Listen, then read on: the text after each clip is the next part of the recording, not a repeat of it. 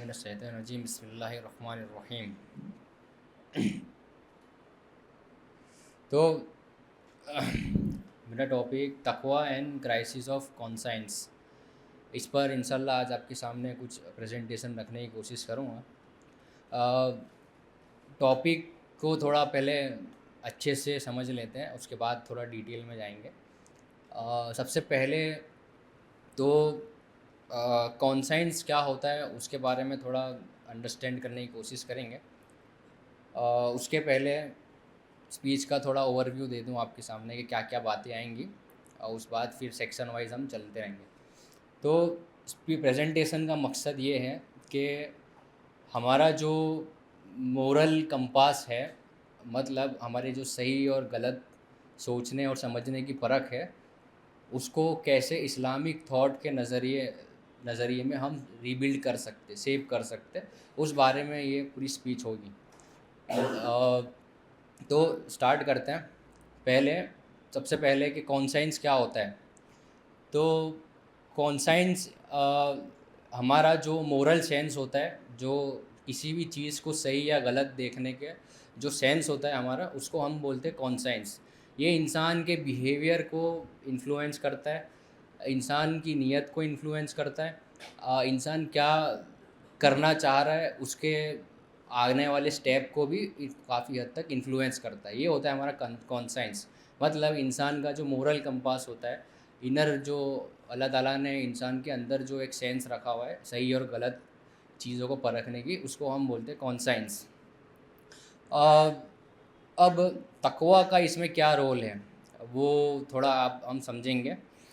Conscience को थोड़ा और अच्छे से अगर समझना हो तो हम यूँ भी समझ सकते हैं कि जब भी हमारे पास कोई ऐसा लाइफ में कोई शॉर्टकट रास्ता हमको मिलता है, चाहे फिर हम सही हो या गलत हो, हम उसके बारे में सोचते नहीं है। कभी कभी हमारा इनर एक आवाज़ आती है हमारे अंदर कि ये चीज़ को कर लेना चाहिए, मतलब थोड़ा बहुत कॉम्प्रोमाइज़ कर लेना चाहिए अपने वैल्यूज़ के ऊपर, और इसको जल्दी से इंस्टेंट ग्रेटिफिकेशन के ज़रिए हम इस काम को पूरा कर लेते हैं। तो तब वो आपका, इसका मतलब ये हुआ कि आपका कॉन्साइंस जो है वो सही डायरेक्शन में नहीं है। इसका मतलब ये हुआ का बाज़ दफ़ा ऐसा भी होता है कि हम कोई गलत काम करने जा रहे होते हो, तब भी हमारे अंदर से एक आवाज़ आती है, एक आवाज़ उठती है कि आप जो काम कर रहे हो गलत है ना। वो भी आपका कॉन्साइंस आपको सिग्नल दे रहा होता है कि आपको ये चीज़ गलत है। ये वो आपका मोरल कंपास हुआ। तो मोरल जो कॉन्साइंस होता है वो एक मोरल कंपास की तरह एक्ट करता है, जिसमें आपको सही या गलत डिसीज़न लेने में आपकी मदद करता है।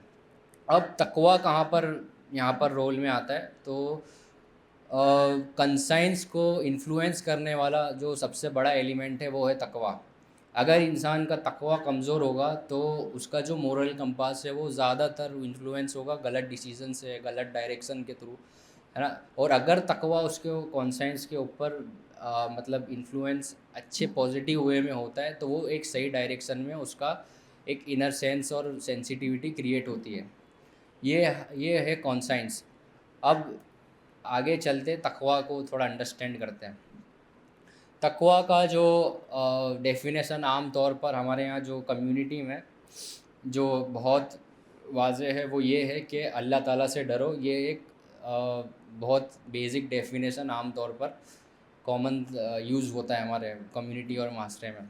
तो तकवा का ये एक बहुत ही महदूद तसव्वुर है जो जिसको जिसको हम देखने जाएं अगर, तो ये काफ़ी सारे एस्पेक्ट्स और एलिमेंट्स को यहाँ पे मिस करता है।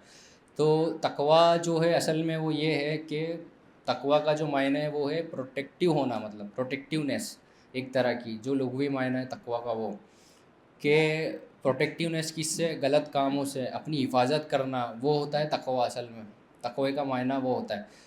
तो तकवा जब हम इस्तेमाल करते हैं तो हमें ये समझ लेना चाहिए कि हम अपनी आपकी हिफाजत कर रहे हैं कोई चीज़, अगर हम तकवा इख्तियार कर रहे हैं तो ये होता है तकवा का असल मायना।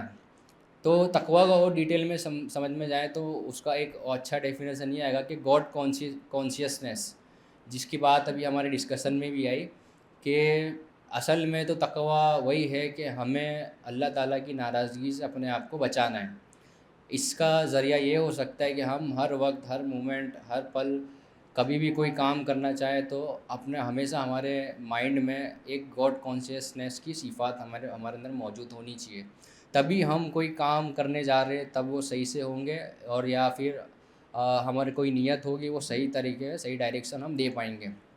तकवा के अंदर एक और बहुत इम्पोर्टेंट एलिमेंट जो इन्फ्लुएंस करता है वो है हया का जो पार्ट है वो। हया जो है वो इंसान के अंदर एक मोरल सेंसिटिविटी और मॉडेस्टी पैदा करता है।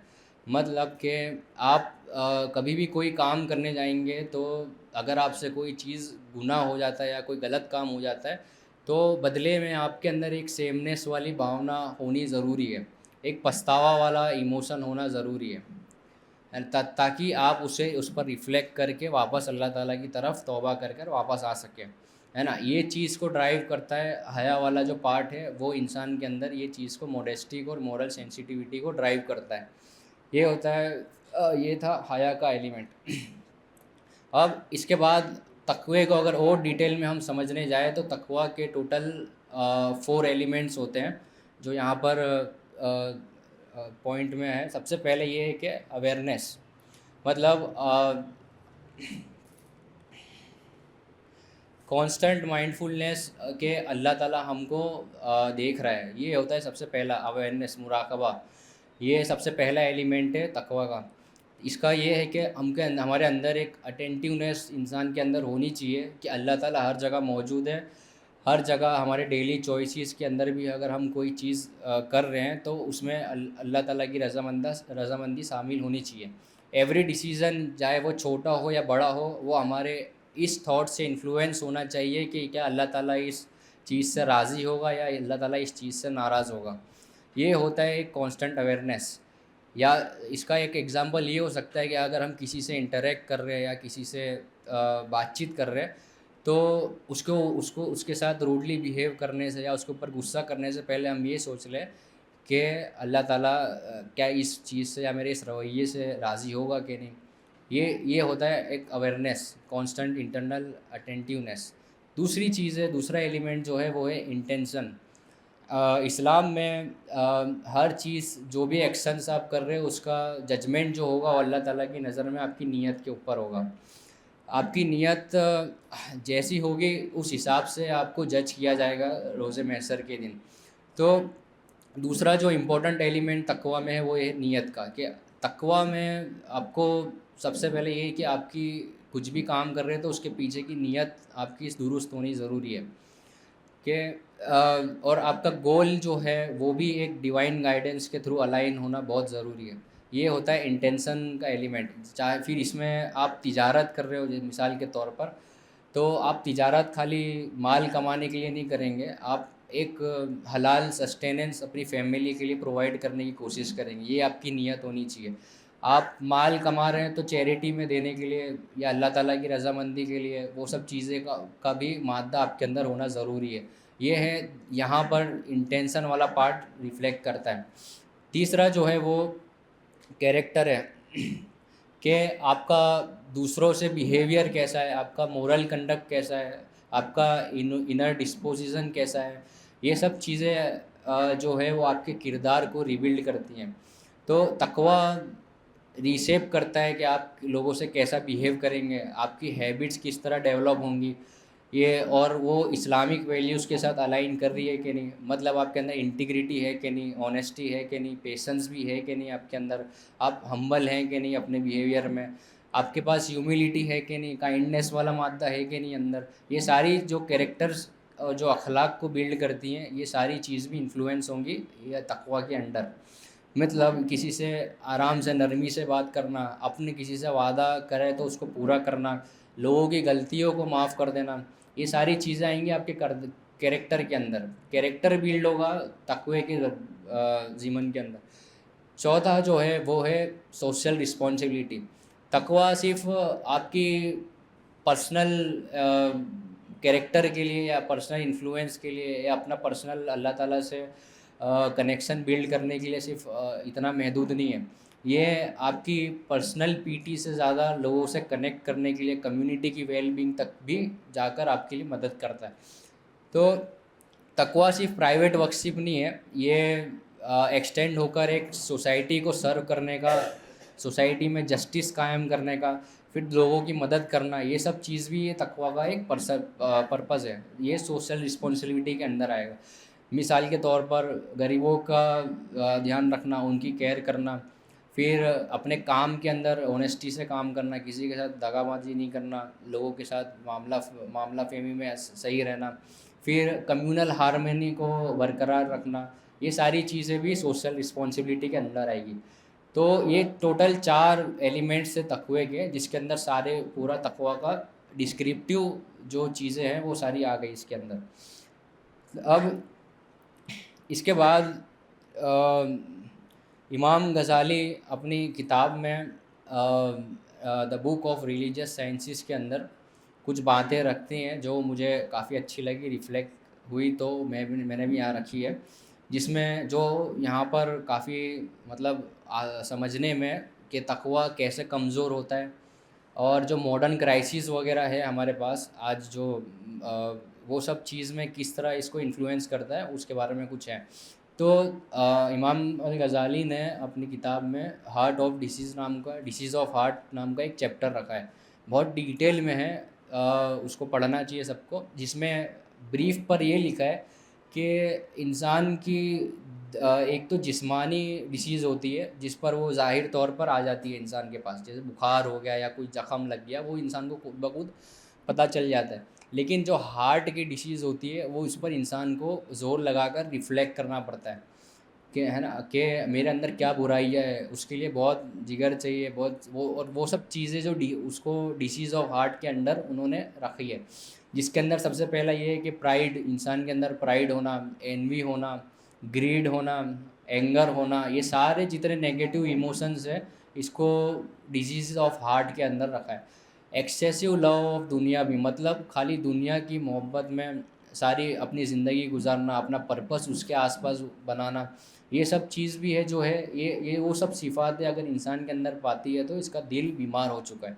इसको इमाम अल गज़ाली ने बहुत अच्छे से एक मिसाल के तौर पर समझाया है, मिरर के तौर पे, कि जब कांच के अंदर जंग लग जाता है, कांच के अंदर जब जंग लग जाता है तो वो इंसान का चेहरा दिखाना बंद कर देता है असल में।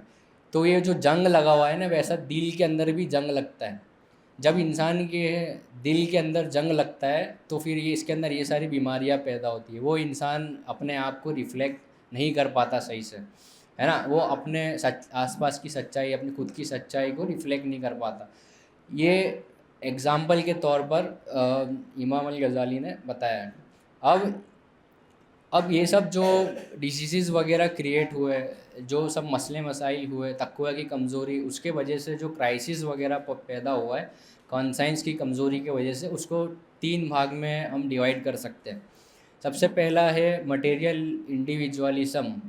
तो इसमें सबसे बड़ा फितना जो क्रिएट हुआ है आज मॉडर्न क्राइसिस में वो है मटेरियलिज़म का, कि इंसान जो बस है अपने मटेरियल गेंस की पीछे अपना मतलब जिस्मानी क़ुव्वत सारी लगा रहा है, अपना पैसा सारा उस पर लगा रहा है कि सब सब माल और दौलत जितनी मटेरियल चीज़ें सारी गेन कर लूँ, है ना। इससे क्या होता है कि उसकी जो सेंसेस है, जो सही और गलत की जो हम कॉन्साइंस की बात कर रहे थे, वो वीक हो जाती है, और उसकी ज़िंदगी से एक जो डीपर मीनिंग है वो उसकी ज़िंदगी से निकल जाता है। ये सबसे बड़ा डिसएडवांटेज है मटेरियलिस्ट इंडिविजुअलिज़म का। इंडिविजुअलिज़म का इंसान शिकार हो जाता है ना, उसे सिर्फ अपना सेल्फ सेंटर्ड हो जाता है, अपने बारे में सिर्फ पड़ी होती है उसको, ना किसी के साथ मेरा ये काम करने से अगर किसी के साथ मैं दगाबाजी करूं तो उसका क्या नुकसान होगा, उसको कोई भी सेंसिटिविटी उसके अंदर नहीं रहती है। उसे सिर्फ अपना पर्सनल गेन दिखता है, अपना पर्सनल फ़ायदा दिखता है, उसे अपने सिर्फ पर्सनल जो गोल्स वगैरह है वो सब दिखते हैं उसको। दूसरा ये कि लाइफ फ्रेगमेंटेशन। अब लोगों ने अपने कुछ लोग ऐसे भी हैं जो मोरल सेंस को सही और गलत के अंदर फ़र्क भी करते हैं और अच्छे से पहचानते भी उसे, लेकिन उसे अपनी ज़िंदगी से अलग लगता है। जैसे कि जो अच्छी चीज़ें एथिक्स है, मोरल्स है, वो मेरी पर्सनल लाइफ तक है, लेकिन मेरे डेली चॉइसेस या काम काज के अंदर मैं जो सही लगेगा, जो मेरे लिए फ़ायदा होगा, मैं वही चीज़ करूँगा। मतलब कि अपने चॉइस के हिसाब से अपनी मोरल कॉन्साइंस को यूज़ करते हैं। जहाँ पे उनको अपना फ़ायदा दिखेगा वहाँ वो मोरालिटी को लाएंगे, और जहाँ अपने फ़ायदा नहीं दिखेगा वहाँ पर उसे अपनी चॉइस के हिसाब से जहाँ भी उनको मुफीद लगेगा उस हिसाब से करेंगे। ये दूसरा सबसे बड़ा क्राइसिस है। तीसरा है परफॉर्मेंस कल्चर। अब इतनी ज़्यादा मटेरियलिस्टिक चीज़ें वगैरह हमारी दुनिया में आ गई, इसकी मोहब्बत वगैरह हमारे दिलों में आ गई अगर लोगों के, तो उसके नतीजे में क्या हुआ कि परफॉर्मेंस का जो एक फोमो क्रिएट हो गया। मतलब कि हम हर किसी को अब बहुत जल्दी सब चीज़ें चाहिए। मतलब 20-30 साल की उम्र के अंदर भी हम, अभी फोमो वाली बात आई थी कि हम जब लोगों को सोशल मीडियाज़ वगैरह पे देखते हैं कि 20-25 साल के लड़के ने, नौजवान ने बिलियनर्स बन गया, वो एक hi fi lifestyle show off कर रहा है, दुबई वगैरह में रह रहा है, बड़ी बड़ी कारें चला रहा है, तो हमारे अंदर क्या होता है, एक इन्फीरियरिटी कॉम्प्लेक्स क्रिएट होता है। उसके नतीजे में क्या होता है कि हमारे अंदर भी वो चाहत जागती है कि हम भी 20-30 साल के अंदर, बस कम उम्र के अंदर सारी चीज़ें हासिल कर लें। अब उसके नतीजे में क्या होता है कि फिर वो सारी वैल्यूज़ पर कॉम्प्रोमाइज़ करेगा, है ना, वो फिर सारे शॉर्टकट तरीके पर अपनाएगा। इसके नतीजे में फिर हम देखते हैं कि हमारे इंडिया के अंदर जो गैम्बलिंग वगैरह का जो कल्चर है, गैम्बलिंग ऐप्स वगैरह, वो कितनी क्यों इतनी पॉपुलर हो गई। हमारे यहाँ करोड़ों का रेवेन्यू टैक्सेस वहाँ से जनरेट हो रहा है गैम्बलिंग वाले ऐप से। इसका मतलब यही है कि सीधा जो यूथ है वो एक शॉर्टकट रास्ता अपनाने के तरीके पर मतलब मबनी है कि वो बस जल्द से जल्द किसी तरह से हम अमीर बन जाए, जल्दी सारी मटेरियल चीज़ें हासिल कर ले। ये क्राइसिस क्रिएट किया परफॉर्मेंस कल्चर ने, है ना। फिर इसके बाद अम, ये तो हुए हमारे क्राइसिस के बारे में बात। अब जो सेक्युलर ये हुआ क्यों, और किस आइडियोलॉजी के बुनियाद पर ये सब चीज़ें हुई दुनिया में, वर्ल्ड व्यू कैसे शेप हुआ, ये उसका कंपैरिजन है। और इस्लामिक थॉट हमें क्या देता है उसके अल्टरनेटिव में, ये उसके Islamic epistemology and alternative starting point. Epistemology बोलते हैं स्टडी ऑफ नॉलेज को।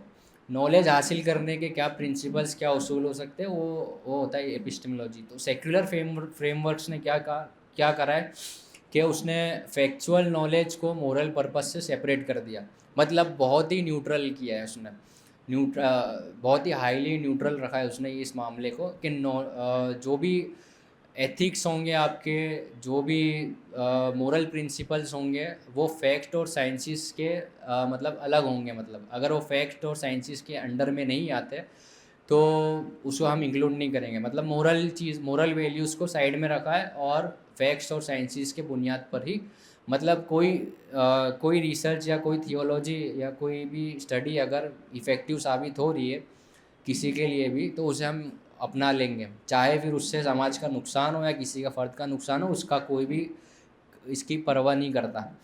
और दूसरा ये कि focus on skills and achievements. दूसरा ये कि एजुकेशन और नॉलेज जो है वो अब बहस इंसान की सिर्फ स्किल्स के ऊपर महदूद रह गई है। जैसे कि अगर वो बिज़नेस के अंदर है कोई, तो बहुत ज़्यादा स्किलेबल है, कोडिंग है, मेडिसिन्स है, ये सारी स्किल्स जो हैं वो इंसान के साथ अटैच हो गई है। और इसके साथ आप क्या अचीवमेंट दुनिया में ला रहे हो वो आपके लिए मैटर करना, मतलब डिग्रीज लाना, इन्वेंशंस लाना, वेल्थ क्रिएट करना, ये सारा चीज़ जो है ये इस पर फोकस इंसान का ज़्यादा हो गया है। इंडिविजुअल सेंटर डिसीजन मेकिंग, मतलब डिसीज़न खाली इंसान के पर्सनल गेंस के लिए, पर्सनल सक्सेस के लिए या पर्सनल प्रेफरेंस के लिए, या वहाँ तक डिसीज़न हो गई उसकी डिसीज़न मेकिंग की पावर, बजाय इसके कि कम्युनिटी ड्रिवन हो या फिर अकाउंटेबिलिटी हो थोड़ी उसके अंदर। ये सारे फ्रेमवर्क्स है जो सेक्युलर लोगों ने हमारे सामने रखे, और पूरा वर्ल्ड व्यू इसी के बेस के ऊपर।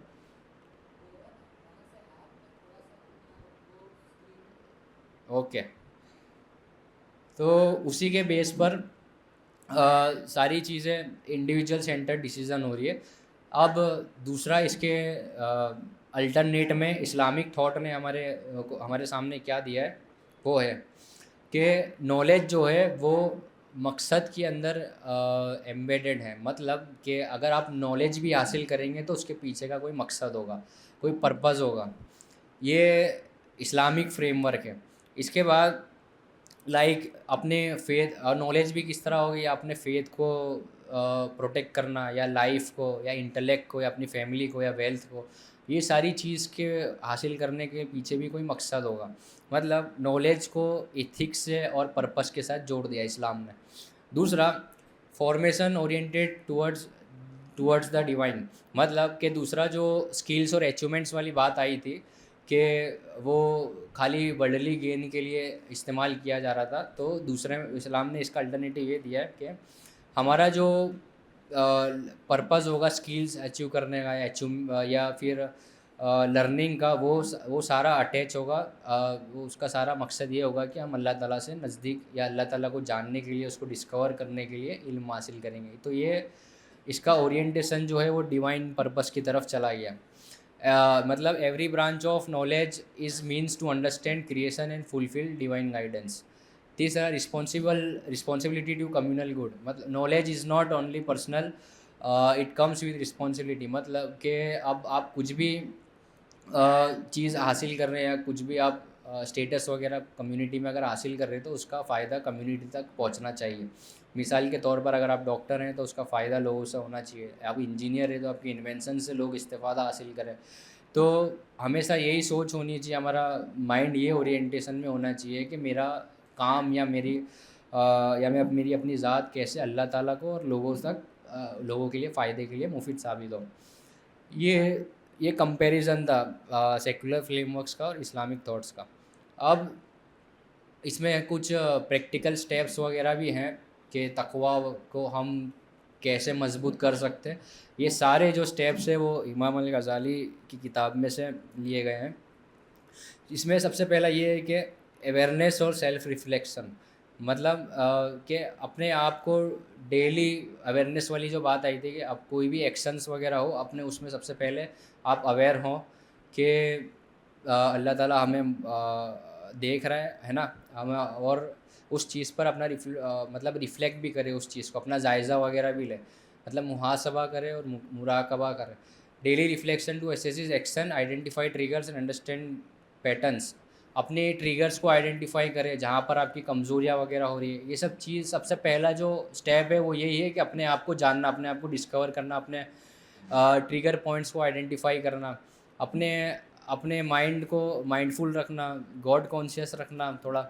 ये सब चीज़ आएगी फर्स्ट स्टेप के अंदर। दूसरा ये है कि रिप्लेसमेंट नॉट सप्रेशन। एक मतलब अपनी कोई नेगेटिव हैबिट्स वगैरह हैं तो उसको एकदम से सप्रेस नहीं करना है, उसको एकदम से दबाना नहीं है, या एकदम से ख़त्म नहीं करना है, उसको रिप्लेस करना है एक पॉजिटिव हैबिट के थ्रू। मतलब अगर आप कोई दोस्तों के साथ गॉसिप वगैरह कर रहे हैं तो उसको चेंज करके थोड़ा कुरान रिसाइटेशन वगैरह ले लिया, मोबाइल चला रहे तो अपने कुरान की तिलावत वगैरह के लिए, ऐसे थोड़ा धीमे धीमे थोड़ा थोड़ा स्टेप करके उसको रिप्लेस कर सकते हैं हम। तीसरा, ग्रेजुअल स्टेप्स। एक साथ सारे चीज़ों को अप्लाई नहीं करना है, धीमे धीमे स्टेप बाय स्टेप एक एक अप्रोच को लेना है सेल्फ इम्प्रूवमेंट के लिए। फिर फॉर एक टाइम पर एक ही स्टेप्स को फोकस करना है। ऐसा ना हो ओवर बर्डन हो जाए और आप उसको फिर कंटाल कर आप उसको ट्वीट कर दें, ऐसा नहीं होना चाहिए। रिचुअल एंकर्स, मतलब अपने जो रोज़ के जो रिवायती हमारे जो इबादत वगैरह है, नमाज़ पढ़ना, रोज़े रखना, उसके साथ साथ थोड़ी नवाफिल वगैरह भी ऐड हो, है ना। और प्रेयर्स वगैरह, जो फास्टिंग वगैरह है और जो नमाज़ वगैरह हैं, उन सबको हम टाइम के साथ, पाबंदी के साथ करने की कोशिश करें। ये रिचुअल एंकर्स हुआ। एनवायरनमेंट डिज़ाइन, मतलब अपने सराउंडिंग्स वगैरह को, अपने एनवायरनमेंट को कॉन्शियसली थोड़ा ध्यान रखना है, और पॉजिटिव हैबिट्स वगैरह को सपोर्ट करना है। राइटियस कंपनी के बारे में सीख करना है, मतलब अपने दोस्त वगैरह का ख्याल रखना है। अकाउंटेबिलिटी एंड कंपेंसिव, मतलब एक मुरब्बी को अपने पास रखना है जो आपका इस सब चीज़ का, प्लान का जायज़ा वगैरह ले सके। अगर कोई तकलीफ़ वगैरह आ रही है तो वो आप उससे सॉल्व कर सके, आपकी प्रोग्रेस को ट्रैक कर सके, है ना। कम्युनल सपोर्ट वगैरह दे सके। ये सब चीज़ें आई अकाउंटेबिलिटी कंपेन्स। और लास्ट में जो है वो है रिफ्लेक्शन एंड रिन्यूअल, मतलब तौबा का जो प्रैक्टिस है वो। ये सब चीज़ों में हो सकता है कभी कभी आप कमज़ोर पड़ जाएंगे, कभी हार मान जाएंगे, तो ऐसे हो जाएगा, आपसे नेगेटिव चीज़ें हो जाएंगी, गुनाह वगैरह होंगे। तो वो सब चीज़ में तौबा का हाथ कभी नहीं छोड़ना है, हमेशा तौबा करके वापस अपने आप को सेल्फ रिफ्लेक्शन के तौर पर वापस इस चीज़ को ढूंढना है। तो ये कुछ बातें थी आपके सामने जो रखनी थी। अल्लाह ताला से दुआ है हमको कहने सुनने का अमल करने की तौफीक अता फरमाए, आमीन।